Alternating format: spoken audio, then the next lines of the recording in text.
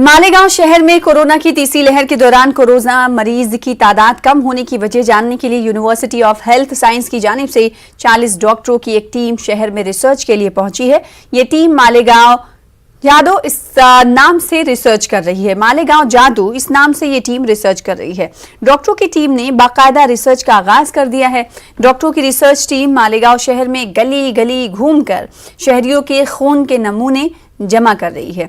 इसी के साथ एक फॉर्म में मुतालिक शख्स की मालूमात भी ली जा रही है, जिसमें कोरोना के दौरान उनके खाने पीने के साथ दिगर मालूमात भी हासिल की जा रही हैं। कहीं पर कुछ लोग अपना खून का नमूना देने से इनकार कर रहे हैं, मगर ज्यादातर लोग अज खुद खून के नमूने रिसर्च टीम को दे रहे हैं। खुशी की बात है कि मालेगांव में मालेगांव मैजिक के नाम से जो चीज़ जा रही है, लेकिन पता नहीं एक्चुअल में कि वो है क्या, उसी की खोज में लगी हुई है ये टीम। ये Maharashtra university of health science की तरफ से एक सर्वे है जो कोलैबोरेट करता है हमारे कॉरपोरेशन से, Mohammadia Tibbia college Mansura Malegaon, Dhulia medical college. ये पूरी टीम है एक, जिसके ज़रिए से सीरो सैम्पलिंग की जा रही है, ठीक है, ताकि ये देखा जाए कि मालेगांव में जो लोग हैं उनके अंदर कोरोना के ख़िलाफ़ जो है एंटीबॉडीज़ का लेवल क्या है। इसीलिए हम सैंपल को कलेक्ट कर रहे हैं। ज़्यादा से ज़्यादा सैंपल जो है कलेक्ट कर लिए जाएं और मालेगांव मैजिक को आइडेंटिफाई कर लिया जाए, फाइंड आउट कर लिया जाए, जान लिया जाए और पूरी दुनिया में उसको फैलाया जाए, ताकि पूरी दुनिया से कोरोना वायरस के मर्ज़ को ख़त्म किया जा सके। रियासत महाराष्ट्र में कोरोना के नए मामलों में मुसलसल इजाफा हो रहा है, जो हुकूमत के लिए तशवीशनाक है। कोरोना के फैलाव को रोकने के लिए मुसलसल इक़दाम किए जा रहे हैं। CST रेलवे स्टेशन पर मुसाफिरों पर निगाह रखी जा रही है। मुसाफिरों के रैंडम टेस्ट भी किए जा रहे हैं। न्यूज़ 18 की टीम इस वक्त मौजूद है मुंबई के CST स्टेशन पर, और ये तस्वीरें जो आप देख रहे हैं कि जहाँ से देश भर की दूर दराज की जितनी गाड़ियाँ आती हैं, जहाँ से लोग आते हैं, ये वहाँ के तस्वीरें हैं। और CST रेलवे स्टेशन पर यहाँ पर एक तस्वीर दिखाई दे रही है कि यहाँ पर जितने भी लोग बाहर से आते हैं उनकी कोरोना जांच की जा रही है। दिन भर में जो एक जानकारी मिल रही है, तकरीबन 1500 से 2000 के करीब डेली यहाँ पे बाहरी राज्यों से जो लोग आते हैं उनकी टेस्टिंग की जाती है। आपको बता दें कि मुंबई से महाराष्ट्र में एक दिन में 46,000 मामले आने के बाद रेलवे विभाग भी पूरी तरह से अलर्ट हो गया है। क्या कुछ यहाँ पर टेस्टिंग की जा रही, क्या कुछ प्रोसेस है रेलवे का, सीधे बातचीत करते हैं CST के स्टेशन मैनेजर प्रवीण वायकर जी से। प्रवीण जी, क्या कुछ जिस तरह से मामला बढ़ा है मुंबई महाराष्ट्र में, उसको लेकर प्रिकॉशन ले रहे हैं आप लोग?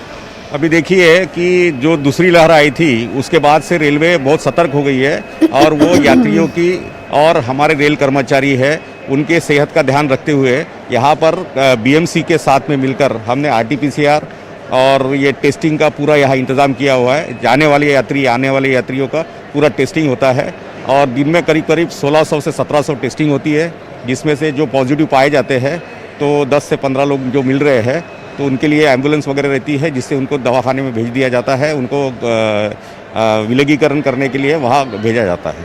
डॉक्टर साहब, क्या इस टेस्टिंग में ओमिक्रॉन की टेस्टिंग भी शामिल है क्या? हाँ, ओमिक्रॉन की भी टेस्टिंग शामिल रहती है इसमें। तो कोई रिपोर्ट आई है उसका? तो आज मेरे ख्याल से एक ही पेशेंट मिला है अभी तक, उसका ज़्यादा तो ये नहीं किया है, लेकिन जो भी टेस्टिंग होती है पहले तो कोविड का ही देख के जो लक्षण दिखते हैं तो फिर उसको उधर भेज दिया जाता है, और आगे जाके टेस्टिंग BMC वाले पूरा ये करते हैं आगे। पूरी टीम है, ये टीम किसकी है और आप लोग ने कैसे संपर्क किया? ये जो लोग हैं BMC द्वारा हमारे पास में भेजे गए हैं। हमारे जो DRM साहब थे वो कमिश्नर साहब से मिले थे, और उसके बारे में फिर उन्होंने पूरी चर्चा की थी कि इतना ट्रैफिक अपने रेलवे में लोग रहते हैं, तो उनके सेहत के लिए, उनके इसके लिए क्या किया जा सकता है, तो फिर उन्होंने हमारे साथ मिलके ये टीम को यहाँ भेजा है। प्रवीण वायकर जी जो हमसे बातचीत कर रहे थे, CST के स्टेशन मैनेजर। कैमरामैन सरोज जलाल के साथ Sarvesh Tiwari, news 18 Mumbai. Corona guideline के खिलाफ वर्जी करने पर ट्यूशन क्लासें मालिकान के खिलाफ कार्रवाई का सिलसिला जारी है, और जिला कलेक्टर के हुक्मनामे के बाद भी खानगी कोचिंग क्लासेस जारी रखने के मामले में 4 कोचिंग क्लासेस के खिलाफ कार्रवाई करते हुए इनसे 95,000 रुपये जुर्माना वसूल किया गया है। इनमें आनंद नगर में वाक़ई RCC कोचिंग क्लासें, शांभवी कोचिंग क्लास और दुर्ग कोचिंग क्लास और सिलगारे कोचिंग क्लास, इन चारों खानगी क्लासेस में इनके नाम शामिल हैं। शहर में कोरोना मरीजों की तादाद में इजाफे को देखते हुए गुज़िश्ता रोज जिला कलेक्टर विपिन अटंकर ने स्कूल, कॉलेज और कोचिंग क्लासेस को बंद रखने का एक हुक्मनामा जारी किया था। जिला कलेक्टर के हुक्मनामे की खिलाफ वर्जी करते हुए कोचिंग क्लासेस मालिकान ने कोचिंग क्लासेस जारी रखी थी, जिस पर कार्रवाई हुई है। पिछले कुछ दिनों से नांदेड़ शहर में कोविड पेशेंट, पॉजिटिव पेशेंट में बहुत भारी बढ़ोतरी हो रही है और 25% पॉजिटिविटी रेट है। और माननीय जिलाधिकारी ने कोविड अप्रोप्रिएट बिहेवियर के बारे में एक आदेश पारित किया है। उसके मुताबिक नांदेड़ महानगर पालिका हद में 9 पथक स्थापन किए गए हैं और जोनल ऑफिसर, डीएमसी, माननीय आयुक्त इनके मार्गदर्शन में आज ये कार्रवाई की गई है। इसमें जो कोचिंग क्लासेस है, कोचिंग क्लासेस को इंस्ट्रक्शन भी दिया गया था, लेकिन उसका फॉलोअप न होने से माननीय जिलाधिकारी का जो आदेश था उसका उल्लंघन हो रहा था, तो इसलिए महानगर पालिका की तरफ से आज ये कार्रवाई की गई है और 5 कोचिंग क्लासेस पे कार्रवाई की गई है। इसमें एक कोचिंग क्लासेस में बहुत ज़्यादा तादाद में बच्चे थे, तो उसमें हमने 50,000 उनको फ़ाइन किया है और 5 जो कोचिंग क्लासेस है उन पर 95,000 रुपये फ़ाइन किया गया है, 95,000। वो आरसीसी है, शामवीज, दरक coaching classes, Salgar coaching classes, ऐसे कोचिंग क्लासेस पे कार्रवाई की गई है। और नांदेड़ जिला प्रशासन और महानगर पालिका की तरफ से सभी लोगों से ये आह्वान किया जाता है कि लोगों ने कोविड अप्रोप्रिएट बिहेवियर का पालन करना चाहिए। जहाँ ज़्यादा गर्दी है वहाँ न जाए और बाकी सैनिटाइज़र, सोशल डिस्टेंसिंग और मास्क का यूज़ कीजिए। यही महानगर पालिका की तरफ से आह्वान है।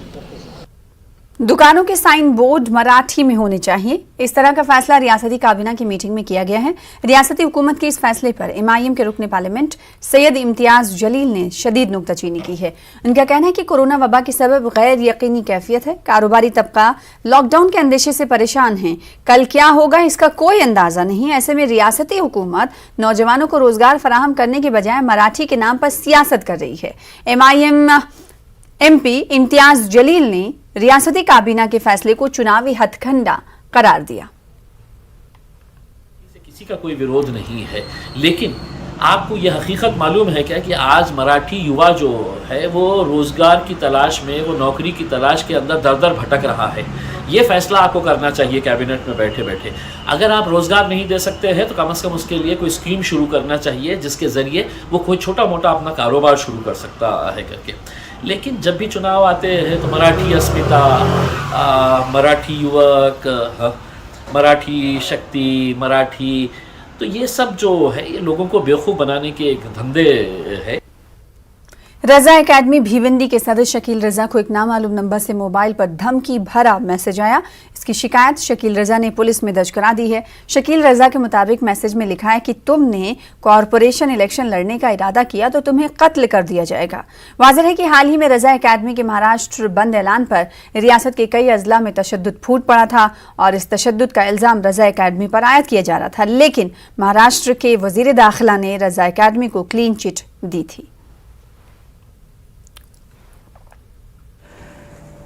कल रात को तकरीबन जो है 3:08 पे मुझको एक अननोन नंबर से मैसेज आया कि अगर तू इलेक्शन में खड़ा हुआ तो अच्छा नहीं होगा और तेरे रास्ते से हटा देंगे और तेरी लाश के इतने टुकड़े करेंगे कि कहीं मिलेगी नहीं, ऐसी जगह फेंकेंगे कि मिलेगी नहीं।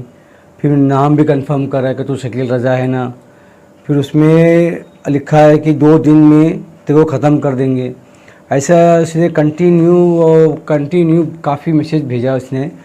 ये तो चलो जान से मारने की धमकी या गालियाँ भी दी। उसके साथ साथ में घर की औरतों के बारे में बहुत ही गलीज़ बातें या गंदी गंदी गालियाँ, यानी इसको मैं रिपीट भी नहीं कर सकता हूँ, किसी को बता भी नहीं सकता हूँ। तो ये मैं रात में मैसेज आया है, इसमें टाइमिंग 3:08 का है। अब मैं सुबह फजर की नमाज़ में उठा तो वहाँ जब मोबाइल मैंने ऑन किया तो सुबह मैंने फजर के बाद ये मैसेज देखा और मैं बहुत कोशिश किया पहचानने की। वो आदमी पहचान का भी नहीं है, वो नंबर भी जो है को जानने वाला नहीं है, अननोन नंबर है बिल्कुल। एसीपी साहब ने शानदार अच्छी मीटिंग की, उन्होंने रिसीव किया। उन्होंने कहा कि जितना हो सकेगा उतनी तेज़ी से इस पर अमल किया जाएगा और उसको लेके आएंगे इंशाल्लाह। महाराष्ट्र के दिगर मकामात की तरह अमरावती में भी मकर संक्रांति का त्यौहार पूरे धूमधाम से मनाया जा रहा है। अमरावती बेलपुरा मैदान पर युवा स्वाभिमान पार्टी की जानिब से पतंग महाउत्सव का इनेकाद किया गया। इस उत्सव में रुकने पार्लियामेंट नवनीत राणा और रुकने असेंबली रवि राणा बच्चों के साथ पतंग उड़ाते नजर आए। इस मौके पर बच्चों में पतंगे तकसीम भी की गई और रुकने पार्लियामेंट नवनीत राणा वजीर आला उद्धव ठाकरे पर तनकीद से भी नहीं चूके। आणि आज पतंग उत्सव साजरा करून सगळे लहान लहान मुलांना पतंग वाटप केली, त्यांच्यासोबत आनंदाने पतंग उडवण्याचा आनंद घेतला। आणि महाराष्ट्रामध्ये जे काही प्रकरण जे प्रॉब्लेम्स आमच्या महाराष्ट्रामध्ये चाललेले आहेत, मुख्यमंत्री साहेबांना सगळ्यात पहिले सुरुवातीमध्ये तिलगुड त्यांनाच देते आणि त्यांना सांगते की आमच्या विदर्भाला आणि अमरावतीला तिलगुड घ्या आणि गोड गोड बोला आमच्या अमरावती।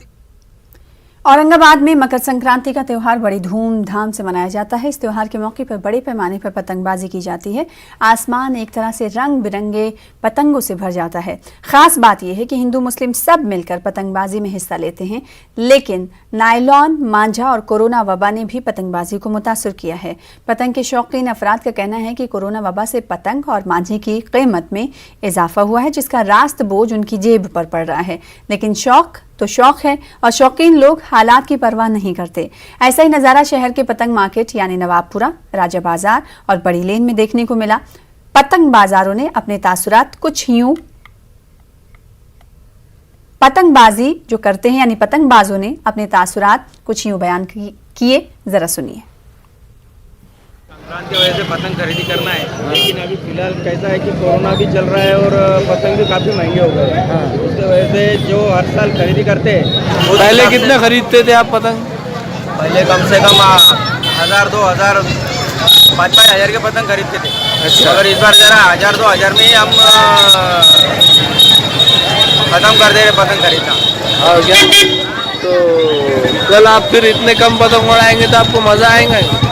अब थोड़ा बहुत मजा करेंगे, थोड़ा बहुत लगे तो फिर और ज़्यादा थोड़ा बहुत खरीद लेंगे कल। और ये तीन संक्रांत का त्यौहार है, ये सबसे एक नंबर त्यौहार है। ये औरंगाबाद में नवाबपुरे के अंदर जिसको मनाया जाता है, मतलब पूरे महाराष्ट्र के अंदर सबसे ज़्यादा औरंगाबाद में मनाया जाता है और सबसे अच्छा बढ़िया त्यौहार है ये तीन संक्रांत का। और कोरोना आज चांद रात है, मगर कोरोना की वजह से फिर भी इतनी गर्दी है यहाँ पे कि पैर रखने के लिए जगह नहीं है। थोड़ा ही सही, मगर लोग क्या है? पतंग की कीमत पहले 5 रुपए थी, अब 8 रुपए कीमत हो गई एक पतंग की कीमत ये वाले, और ये वाले पतंग की कीमत 15 रुपए हो गई।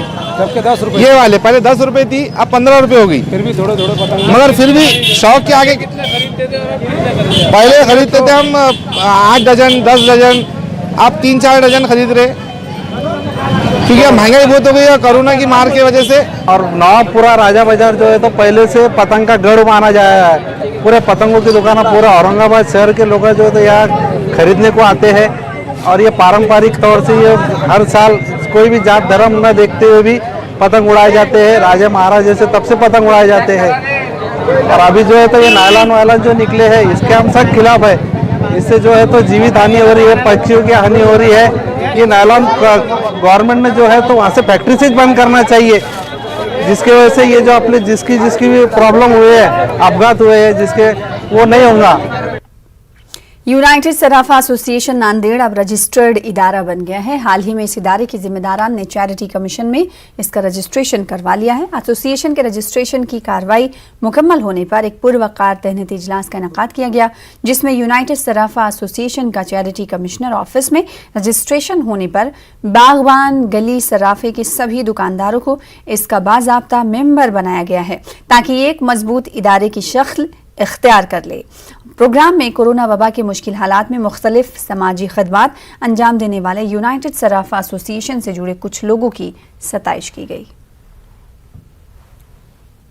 आज अल्हम्दुलिल्लाह यूनाइटेड सराफा एसोसिएशन के कमेटी की तश्कील के खुशी में होटल अतिथि में सभी व्यापारियों को बुलाया गया था और काफ़ी दिनों से ये कोशिश की जा रही थी कि यूनाइटेड सराफा एसोसिएशन का रजिस्ट्रेशन हो जाए, जो अल्हम्दुलिल्लाह कुछ दिन पहले रजिस्ट्रेशन हो चुका है। उसकी खुशी में आज होटल अतिथि में यहाँ पर बुलाकर सभी व्यापारियों को उस सर्टिफिकेट से नवाजा गया, दिल की गहराइयों से मुबारकबाद दी गई। जिस तरह पिछले लॉकडाउन में या महामारी के दौरान जितने भी जो सराफे से जुड़े हुए लोग थे, जो समाजी काम कर रहे थे, उनको भी अप्रिशिएट सर्टिफिकेट से नवाजा गया था। और एक सबसे ख़ास बात ये रही कि सराफे के बाज़ार में एक फिरोज़ बल का एक लड़का है जो चाय सप्लाई करता है, जो काफ़ी सालों से चाय सप्लाई करते हैं। तो उनकी खिदमत को, उनकी मेहनत को देखते हुए यूनाइटेड सराफा एसोसिएशन ने उसे भी एक अप्रिशिएट सर्टिफिकेट से नवाजा गया, ताकि उसको ये महसूस हो कि कहीं न कहीं उसकी कोई ना कोई खतर करने वाले हैं। फिलहाल इसी के साथ रुकेंगे छोटे से ब्रेक के लिए। ब्रेक के बाद कर्नाटक की खबरों का सिलसिला जारी रहेगा।